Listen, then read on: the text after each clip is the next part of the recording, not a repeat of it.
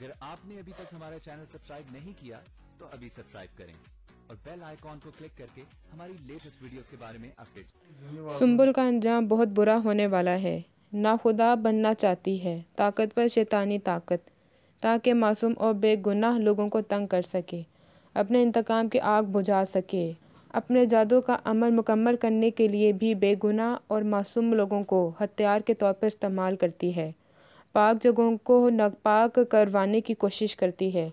इसके लिए मदिया उसका ख़ानदान उसके जुल्म का शिकार बनते हैं। मदिया का शोहर उसे छोड़कर चला जाता है। बच्चियां बीमार और जहनी मरीज़ बना देती है। उनकी शादी होने नहीं देती। उनको तड़पा तड़पा कर मारना चाहती है। उनका इतना बड़ा कसूर नहीं था।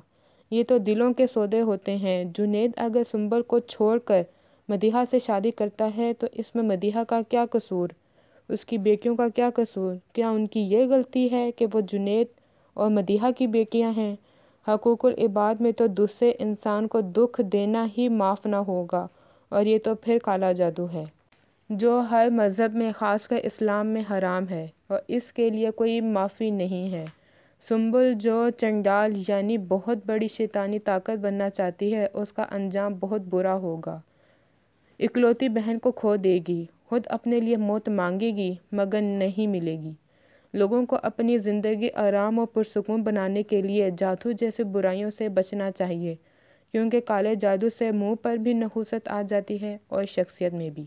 अगर आपको हमारी वीडियो पसंद आई हो तो लाइक करें, शेयर करें और सब्सक्राइब भी।